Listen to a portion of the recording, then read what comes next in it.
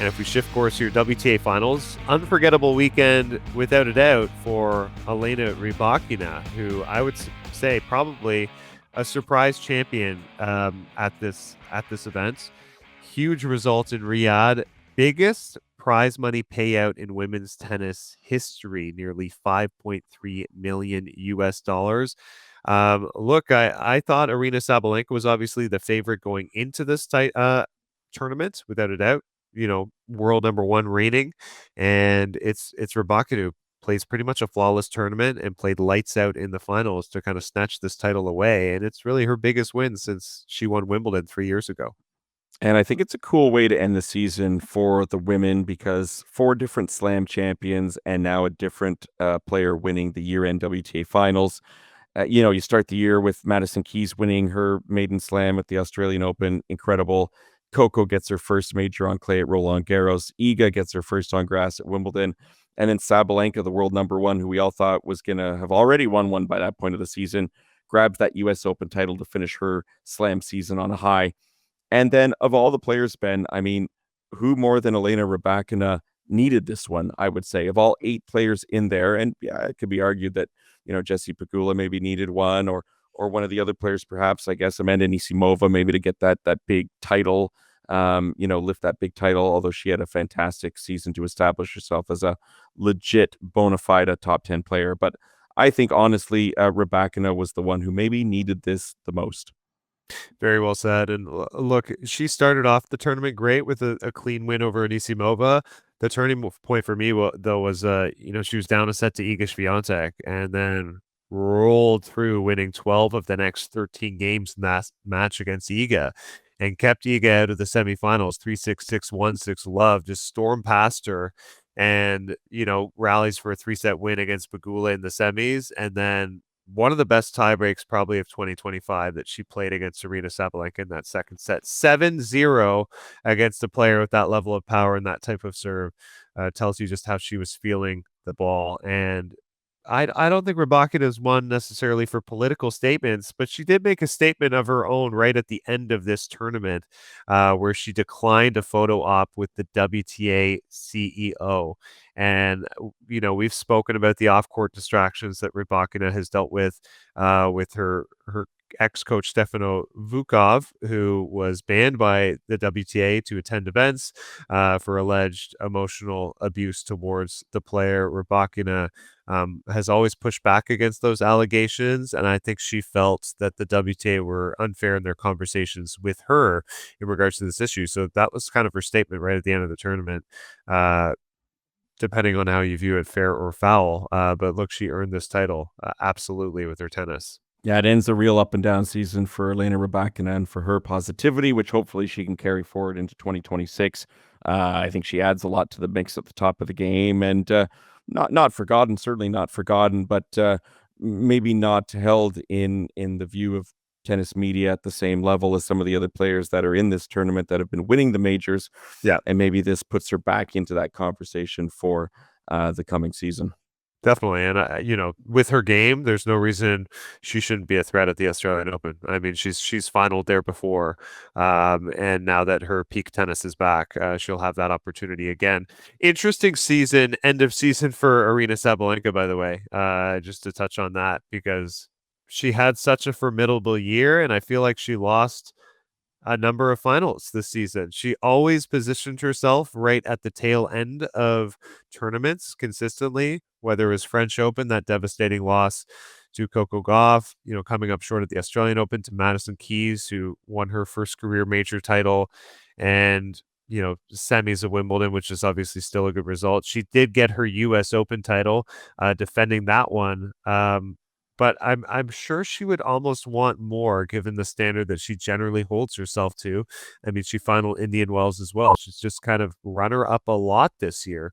It's very rare we see an early exit from Aryna Sabalenka, but I'm surprised she's lost this many finals. I hear what you're saying, and certainly we would have thought there would have been more from her in 2025, but I don't know if I feel she'll have any regrets or lamenting how she did this year. I think, honestly, for her, she seems like she's pretty comfortable where she's at. She ended the year, slam-wise anyways, by capturing the U.S. Open. Now, if she hadn't won that one, different story, I think. For But sure. much to the fact that Coco Gauff seemed to take a step backwards this year in many ways. I think she would say, if you had offered me the French Open, I would have taken it. Much like Iga Swiatek, admittedly struggled through the season, did not do nearly as well on clay as we've seen from her in recent years. I think she too would have said, you know what, but if you offer me Wimbledon, I would Take it. take it. And I think for Sabalenka too, if you told her post Wimbledon, hey, but if you get this US Open, does that make everything okay? I think she would also say, you know what? Yeah, that sits well with me. Yeah, no, that's a good point. Speaking of U.S. Open champions, speaking of two-time U.S. Open champions, actually, Gaby Dabrowski, Erin Routliffe, who were rightfully back in their spot, having qualified for Saudi Arabia and Riyadh, the WTA Finals, where they were defending champions. Look, they didn't get past the group stage. They got one win, lost two matches, and suddenly we find out at the end of this event this is the ending of this fantastic doubles tandem that I've always considered a Canadian doubles tandem. Now, Erin Routliffe, her nationality is of New Zealand, but she grew up in Caledon, Ontario. And of course, Gaby Dabrowski has long represented Canada from the Ottawa region. But this was, for me, obviously one of the best doubles teams in the world, one of the best Canadian doubles teams we've ever seen. And they're finally hanging it up. Yeah, this one hit me a little bit hard. I got to be honest with you. I felt a little sentimental and caught off guard maybe with this news because they've still been playing so well and just won the last slam of the year as well. But Gabby posted the following. She said, "What a ride, 2.5 years, titles, tears, and triumphs, a roller coaster of emotion no one could have predicted. A business partnership comes to an end, and a friendship remains." And so it's nice to hear that it's ending on solid terms in terms of the, unique and fun, playful friendship that they had together. So much fun watching them on and off the court. But you can't help but wonder why would you end a partnership that was still yielding such incredible results? And in basically, a pretty short amount of time, they won two slams together. They won the WTA finals a year ago. All that while Gaby Dabrowski, midway through was dealing with a cancer diagnosis back in April 2024. They made a Wimbledon final. So I was quite surprised. We don't know the reason quite yet. I did speak with Erin actually yesterday, kind of asking, hey, what was the reason behind this, or do you have someone in mind to play with next? And no real depth on the answer there, and she wasn't willing to reveal who she'd play with, although it's rumored that her and Aisha Muhammad, who are good friends, might team up this coming season. But hey, nonetheless, I agree with you. One of the greatest, if not the greatest, probably Canadian doubles partnership of all time. And I too consider them both Canucks.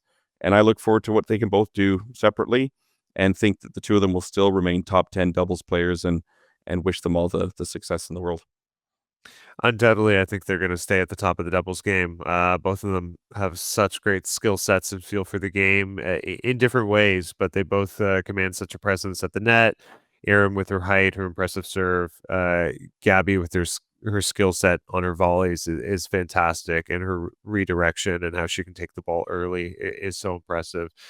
There's no reason to think either of these players could team up with someone else and have that great success. And just looking over a bit of the success that they did have, so impressive. I mean, I think that the first U.S. Open title was kind of so surprising because the partnership at the time was so new, and we weren't expecting that. But later that fall, they won a WTA 500 in China, and then suddenly you felt like this was a consistent, strong team that was dangerous. I mean, they made finals in Miami that summer. They won a title on the grass courts and made finals of Wimbledon. Then they had the huge WTA finals title. This is, well, Gaby is, undergoing treatments for breast cancer. And then, I felt like they had such a fantastic summer this year, not just the US Open run, but I think the momentum kind of started in Cincinnati when they won that big WTA 1000 title. And, they also won in Stuttgart on the clay. So they were versatile. They were dangerous on every surface. Didn't quite get it done this time at the WTA finals, but they already have that trophy.